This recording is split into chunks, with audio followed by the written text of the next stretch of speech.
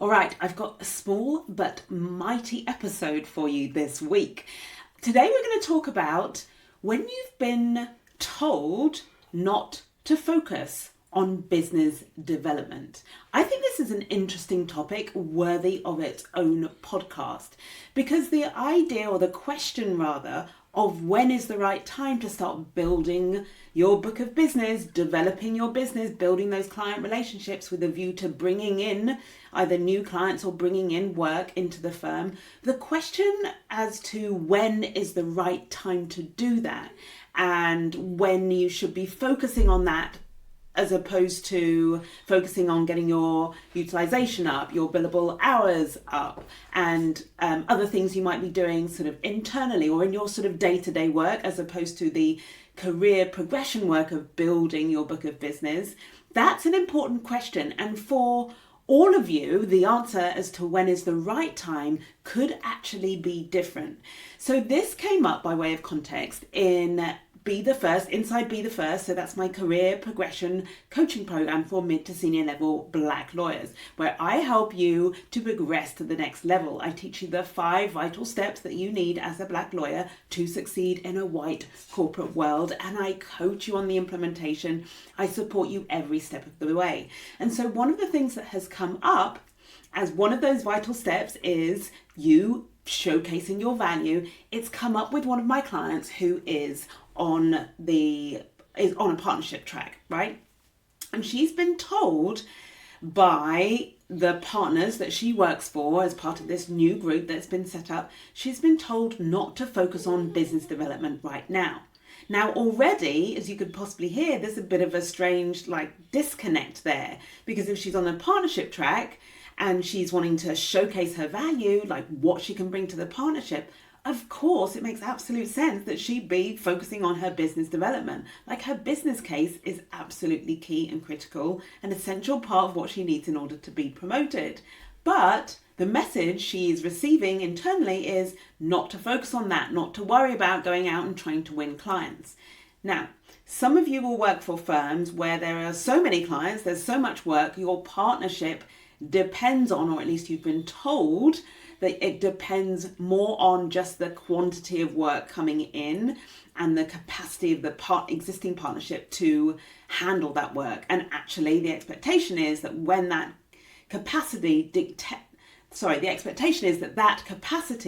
dictates whether or not you make it into partnership. So that will be the experience for some of you. For others of you, it really is a clear-cut case of, show us the business case, prove to us that you both deserve and merit being partner, but also that how much you can bring to the partnership. So those are 2 quite different extremes. One of them is quite a passive way into partnership. The other one is a very proactive way into partnership, and that being required of you. What I want to offer is that regardless of what you are being told and instructed to do in the context of bringing in business, building up your book of business, developing your business, if you are hoping, desiring to be promoted, to be made up to partner, right, business development is absolutely a priority for you and one that you should be proactively engaging in. However, and we come to the topic of today's podcast, is what to do when this can't be your main focus, either because you've been directly told not to focus on it, or because, for example, there are other things that you are focusing on. So you're so tied up in deals that actually you haven't got the capacity to make it your main focus. So regardless of whatever the messaging is around you, I want to offer that building your business development is something you always want to be thinking about and being intentional about, especially at that mid to senior level. So back then to the example of my client inside Be the First. She needs to get her, she's been told she needs to get her billable hours up and to focus on that and not to focus on her business development. And she's thinking to herself, but I need a business case in order to be made partner. So what I coached her on and where we got to is going to be really useful for you if you're one of these 3 things. Number 1, you're in exactly the same position as my client. You've been told to focus on something else, not on business development. Or number two, you're much more junior and actually you're not even on the partnership track. I want to acknowledge there's so many of you out there who are much more junior than my mid to senior level lawyers who want to progress to partnership and who are ready, like you're the exact prime candidate for Be the First. I know there's a lot of more junior black lawyers listening. So if this is you, but you are thinking ahead, right? You want to be proactive. You're thinking about business development now. You're going to find this really useful too. And then number three, this is for you if you can't focus on business development at the moment, as I've said, because you've got something else going on and you have to prioritize something else. And that could be personal too. So the answer then, the solution, how you resolve the challenge of needing to focus on something else and the importance of business development and how, as a black lawyer, this is something you want to be thinking about relatively early in your career and definitely want to keep your eye on and be being intentional about as you get to that mid to senior level. The answer, how we resolve that conflict, is you keep it simmering. So to answer the question, what do you do when you're told not to focus on business development or you're unable to focus on business development? The answer is to keep it simmering. So think what I'm doing here is using the analogy of let's take cooking. Let's say you're boiling a pot of water for your pasta. We eat a lot of pasta in our house. We lived in Italy for 5 years. Pasta is a staple. I'm sure you guys eat a lot of pasta as well and have cooked pasta. So in order to cook pasta, I'm going a little bit off track, but I started thinking about dinner, so just stay with me. In order to cook your pasta, you need absolutely boiling water, right? And so what happens is when you've got your water is boiling and bubbling away, that's the time you want to be focused on that pot. You've got a pot of boiling water, you want to be focused on it. So that is an example of where you want to be, where you're going full throttle, like no holds barred. You are prioritizing your business development. It's the equivalent of having like your water on full boil, right? The temperature's high, you're all in, it's bubbling away. The contrast then is when you've been told not to focus on BD or you can't prioritize BD being in business development, you want to take that water, you want your water to be at a simmer. So keep your business development simmering versus on the boil. So on the boil is like number one priority. I'm going for it. I'm building my business case. Everyone's telling me this is what I need to do. I know this is what I need to do. Like all my attention is here versus, okay, I'm not really meant to be focusing on this right now, or I can't focus on it right now. So I'm going to just keep it at a simmer. And what I mean by simmer, so if you are a cook, you'll know I mean keeping the water. You warm up the water and then you keep it at the lowest temperature where it just keeps ticking over. Okay, so it's just ever so lightly bubbling. You're keeping it hot, but you're not boiling it. It's not requiring all of your attention. And the great thing about simmering anything, whether it's a pot of tomato sauce or a pot of water, is you can leave it. You can walk away from it and just like check in with it every now and then. You don't have to be constantly feeding it, keeping your eye on it. Okay, it's just kept at a steady low temperature, which in the case of business development, it's maintaining a low level of activity. Here's what that does. Number one, it means your main focus can be on other things. It can be elsewhere. Number two, it means, and this is the best bit, when it is time for you to prioritize business development, when it's time or you have the ability because you can take your focus off something else. Let's say you don't need to focus on your billables anymore or your utilization. When it is time to switch to focusing on your business development, then it's very easy for you to ramp that, like that, go from a simmer to a boil, ramp that activity up. So you can just increase the heat on your business development, what was low level activity, increase the heat and make it high level BD activity. Okay, that's the beautiful thing. You are not starting from scratch. This is so important when you think about what business development is. It's essentially you building relationships with people who at some point in your career you are going to invite to be clients of yours. People who you are going to be bringing in as your clients, becoming part of your book of business. That can only happen after you've built a relationship. And the relationship building is a long-term gain. I'm not saying it always has to take a long time, but what you will not be able to do is get to that stage in your career where you need a book of business and you haven't built or spent any time or made any investment in building relationships. At that point, when you need a book of business, you can't just magic up all of those relationships overnight. They have to be something that you've been building and establishing. So this is the beauty, right, of keeping your BD on a simmer, at a simmering level, this low level of activity, is it means that as soon as it is time and you do need that book of business, you can just dial up the heat, right, on something you're already doing. Because what you will have as a product of keeping this low level activity, keeping your BD on the simmer, what you will have is, number one, you will have existing relationships there in the pipeline. Yeah, you won't be starting from scratch, as I said. Number two, the second thing you'll have is the skill of building relationships. This is something that even with a low level of activity, you will be building over time, even when your focus is elsewhere. As long as you keep in mind and you are doing the low level activity, the simmering work of staying connected to your peers, and I'll come to the exact details of how you do this, by the way, in a minute. But as long as you are keeping up that low level activity, you will be building your relationship building. You are developing your relationship building skills. So once again, when it's time to ramp it up, you're drawing on skills you've already built. Okay? So it's brilliant. It allows you to stay focused on something else that's a priority, or if you've been told, don't worry about business development, but keep your business development simmering. Now, there is something about this that does slightly smack of, is that the right word? It slightly reeks of, and this was something my client was worried about, like, am I going behind my partner's back or against their instructions by keeping my BD on a simmer? And I want to offer absolutely not. If you've been told to focus, for example, on your billables, you can still be focused on your billables, but at the same time, be very aware of, I guess it's the difference between being short-sighted and in the moment with the instructions, and being much more proactive, much more long-sighted, much more strategic about where you want your career to take you.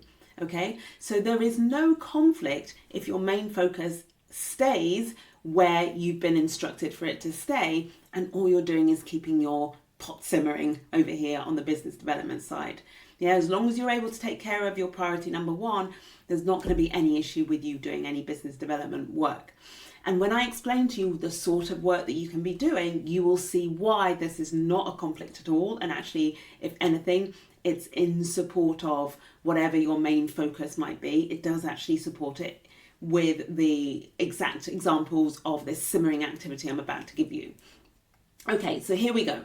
Number one, the first way I want to offer that's available for you to keep your BD at a low simmer is just stay connected to people you are already connected to.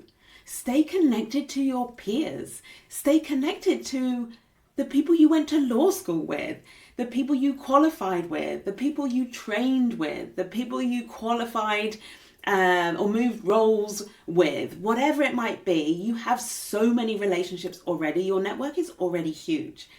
And so the low level simmering activity that is going to be so helpful to you when it is time to ramp up your BD is simply to stay in touch with the people you already have a relationship with.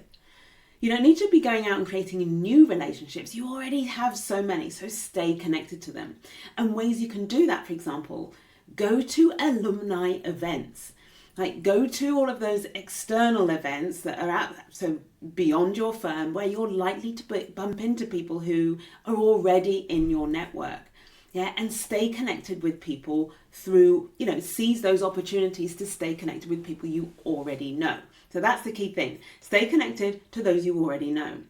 The second idea I want to offer you for keeping your BD at a simmer while you focus on something else is that you could be building relationships with your current clients. And the way you do that is you build it through the transactions you're already working on. What that means is, let's say you've been told, focus on your utilization, getting that up, or focus on getting your billable hours up. everything you do in order to do that is going to be enhanced by, is going to be supported by, is going to complement the relationship you have with the clients you are already working with. Let me rephrase that. I don't think I said that very clearly. So let's say your focus is on the transactions you are already in and you've been told to increase your billables. In those transactions, in the work you're already doing, you are engaging with, coming into contact with clients. So again, these are people who are already in your network. So what you want to do is build relationships with those clients you are already engaging with. And the way you do that is not needing to go out and meet them for a coffee and risking upsetting your partner because you're stepping on his toes and the client's his relationship client. You do it by over-delivering to that client. You do it by being really commercial for that client. You do it by being the best lawyer that that client could ever want on the deal and doing the best work you can for that client. That's one of the ways you can build a relationship, just purely in delivering at the highest level to a client you are already in a transaction with. I have my dog inside here. I don't know if you can hear him, but he's asleep on the floor and he's crying in the background. He's sort of like in his sleep, slightly whimpering. So I'm just going to pause this and see if I can get him to be quiet for a moment and then come back. Just one moment. Okay, I have sent my dog off to sleep somewhere else. All right, so as I was saying, is the second way you can keep your business development on a low simmer is by really over delivering to the clients you currently have and you already have the opportunity to build relationships with, purely by virtue of working on their transaction or their deal. The third way I want to offer that you can choose to keep this BD activity on this wonderful low simmer where it's still active, but it's a low level activity that is going to mean that when you're ready to ramp it up, it doesn't require like you starting from, it's not going to need you to start from scratch. You're already almost there. The third thing is to watch and learn. So of course, while you may have the focus of working on your utilization, improving that, or increasing your billable hours or something else you've been asked to do, your partner or whoever you work for will be engaged in business development. That is something that as a partner, you're doing all of the time. It absolutely is your priority and where your focus is. And what you can be doing then without actually actively yourself trying to develop your business, build your book of business, what you can be doing is watching and learning somebody who is doing it. So there will be partners either you work directly for or you come in contact with who do this extremely well. You know the ones. There are the ones who are the rainmakers, the ones who just seem to rain clients and work. And they just are very, very good at building relationships and bringing in those new transactions. Watch them and learn from them. So what you want to be doing is looking for your business development role models so you can see what great business development looks like. Notice the skills, notice what they prioritize. Pay attention to how much time and effort they invest in their client relationships. Yeah, so look for the masters, the experts at business development and learn. And this, of course, is something you can be doing just through observing their behavior and doing it intentionally with a view to learning the skill set. You can be doing that while prioritizing something else, while prioritizing your billable hours or your utilization. Yeah, can you hear that? Or while prioritizing getting work from one of my clients needs to get more work from US partners. So you can be watching and learning the BD side while also being focused on bringing in the right, or rather having the right work allocation. The fourth strategy or option I want to offer you for keeping your BD on the boil at a simmer is that you develop your business acumen.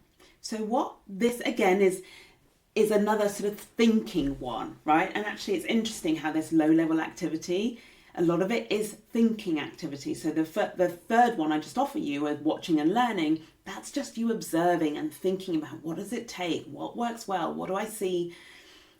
What's the sort of secret of those who are really good at this? That's more of thinking work. This number 4 as a strategy is also thinking, and it's about the way you observe and make decisions.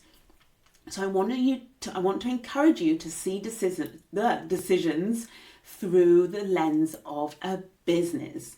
This is one of the things that lawyers really struggle with when they're about to make the transition into partnership, or you're on that partnership track.